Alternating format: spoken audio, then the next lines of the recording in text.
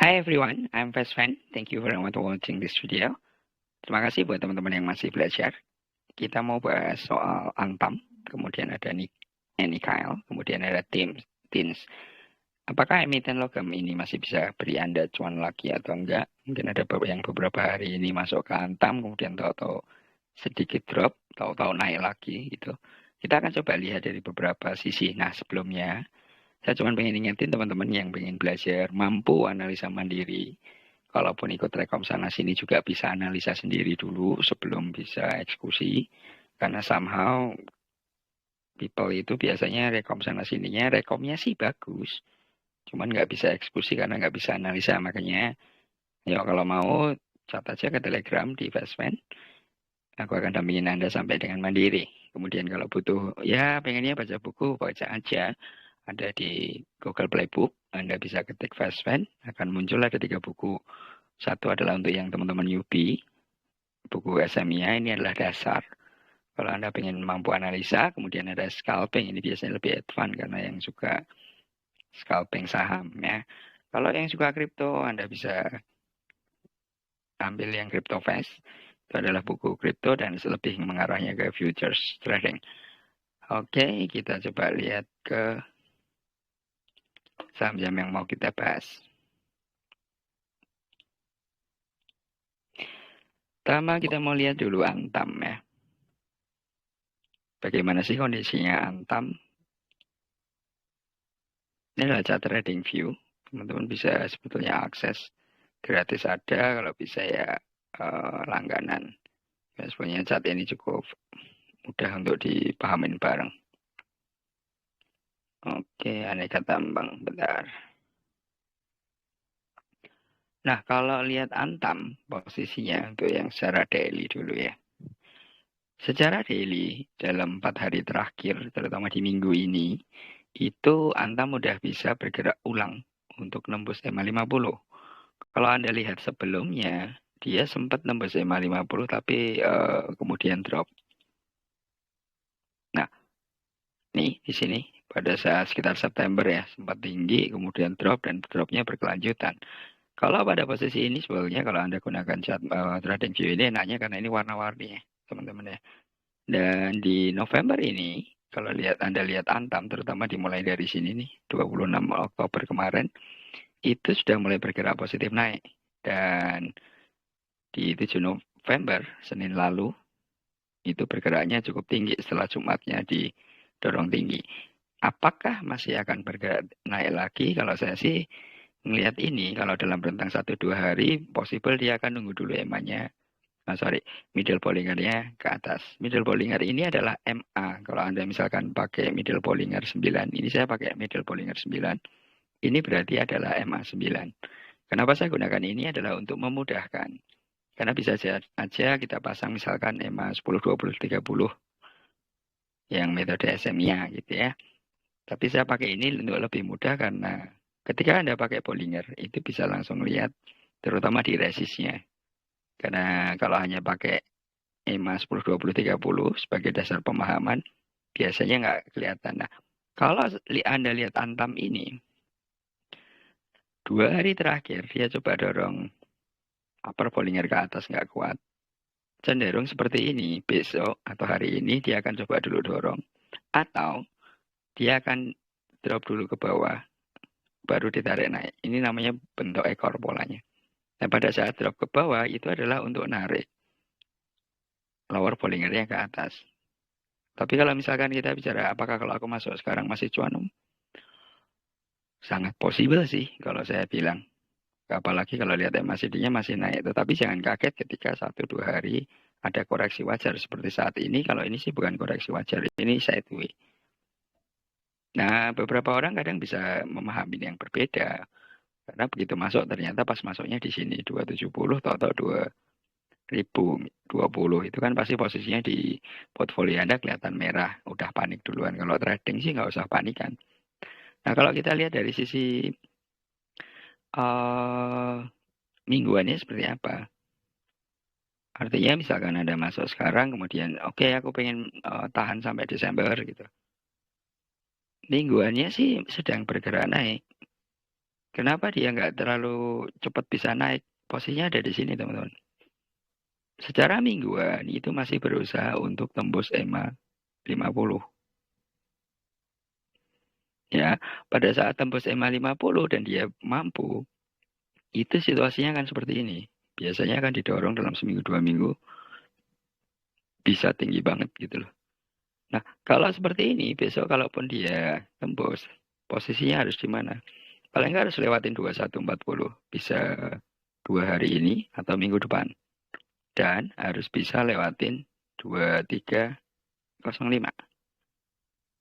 Anda bisa hitung persentasenya kalau seperti ini. Dan kalau lihat MACD-nya, MACD-nya udah mulai bergerak naik secara mingguan. Artinya 2 minggu terakhir ini dia sudah cukup bertahan.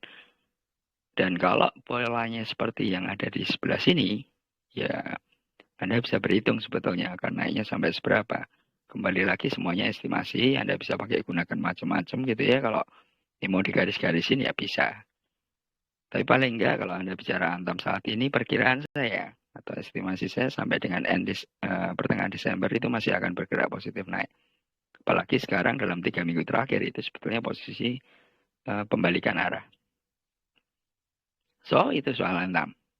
Nah, emang bisa kalau pegang panjang banget, oke nggak? Kalau pegang panjang banget, Anda lihat aja secara mandinya seperti apa. Anda bisa perhatikan kalau secara manlinya, dia baru posisi balik arah. Artinya kalau di November ini, paling enggak itu kalaupun harus berbalik, itu 2165. Once dia bertahan di situ, itu yang bakalan seru bulan berikutnya. Apakah bisa sampai dengan Desember lebih? Sangat bisa, Antam. Dan bisa jadi di 25, bisa yang pernah paling tertinggi sih di 34. Tapi nanti akan struggle-nya ada di sini nih, teman-teman. Once Antam bisa lewatin angka 2620, itu bakalan seru. Biasanya 2620 ini perkiraan dalam rentang 2-3 bulan, itu akan nempel upper Bollinger-nya. Oke, itu Antam. Kalau kita lihat NIKL seperti apa.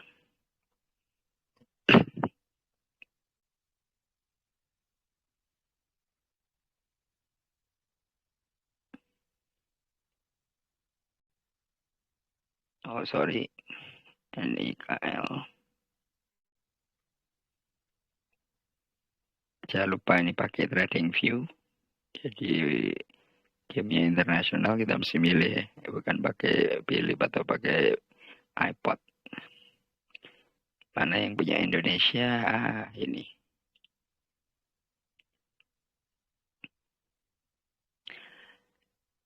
Oke, ini NIKL kalau secara monthly. Monthly-nya masih berusaha naik. Dan kalau lihat posisi sih udah sampai di bawah ya. Memang kalau untuk investasi jangka panjang nggak oke, tetapi nggak oke-nya adalah kemarin. Tapi kalau Anda lihat posisinya sebenarnya seraya masih di bertahan. Dan dalam posisi balik arah.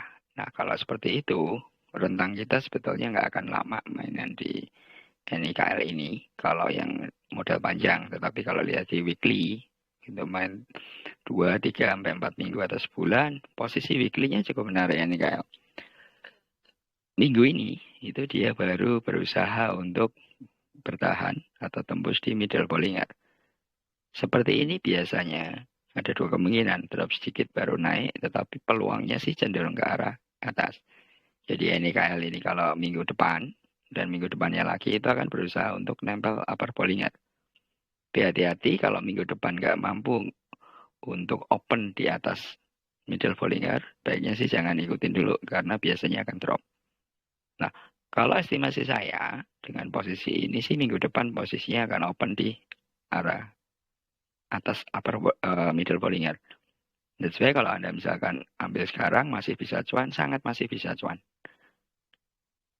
Oke, kita lihat secara daily-nya seperti apa. Kalau secara daily-nya, posisinya cukup menarik karena dengan posisi hari ini dia masih berusaha untuk nembus di upper Bollinger. Artinya ini adalah proses transisi tren. Dan kalau lihat tema CD-nya, ini enaknya kalau pakai trading view karena warna-warninya teman-teman ya. Kalau lihat posisinya, sebetulnya hijaunya ini kan masih hijau bergerak naik. That's why Saya bilang besok atau hari ini sampai Jumat, possible dia akan berusaha berada di atas ini dulu. Once itu bisa berusaha di atas itu, tentunya Anda akan dalam posisi cuannya. Tetapi Anda mesti perhatikan once dia nggak kuat tembus ini nih, 755, hati-hati karena hari berikutnya possibility-nya bisa seperti ini. Tapi kalau melihat mingguannya yang tadi, sebetulnya NIKL masih punya peluang untuk bergerak lebih lagi, apalagi ini masuk bulan November ya teman-teman ya. Bicara window dressing, saya sih nggak perlu jelaskan lebih jauh, tetapi sebetulnya ada mostly sih pada paham. Nah kalau kita lihat lebih panjang, sangat berpeluang sih untuk ke arah 775. Kemudian kalau dia bisa nembus di level 790, itu pasti akan dikejarkan ke 810. Dan kalau lihat pola pergerakan dalam sehari, sangat memungkinkan untuk digerakkan seperti itu. Jadi kalau Anda mau trading ya silahkan. Tapi kalau mau cut loss-nya ada di mana? Paling nggak ada di sini. Tetapi Anda mesti hitung persentase minusnya. Kalau misalkan cut loss di sini itu nggak kecil. Dan bisa aja itu dites ke arah 690, tahu-tahu di bawah naik lagi. Nah, gimana cara amannya? Cara aman ya kalau Anda misalnya punya waktu, ngeliatin pada saat drop, cut loss, ya analisa dulu, tunggu dulu, masuk lagi, polanya seperti itu. Nah, balik lagi ke weekly dia, seperti apa tadi? Masih ada peluang untuk dalam 2-3 minggu ke depan, karena weekly-nya masih berusaha. Dan kalau lihat MACD-nya sih sangat possible ya, untuk coba dorong naik. Cuman jangan berharap kalau pola ini sih begitu dia full tinggi banget itu lebih berbahaya karena tarikan ke bawahnya cukup dalam. Oke, terakhir kita coba lihatin ya, apakah bisa membuat Anda cuan atau enggak.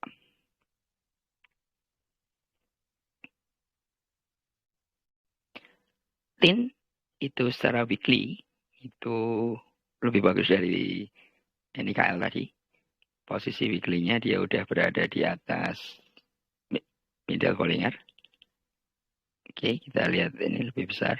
Ya, artinya minggu ini dia hanya bertahan di nempel EMA upper Bollinger. Kemudian minggu depan itu yang possible untuk dinaikkan. Dan kalau minggu depan betul bergerak naik, dan itu akan posisinya golden cross. I think you know all about the golden cross. Kalau udah golden cross biasanya akan naik lebih tinggi. Naiknya sampai di mana? Anda bisa lihat dari sini aja. 1510. Kemudian bisa 1585. Oke, kalau lihat dari sisi daily-nya,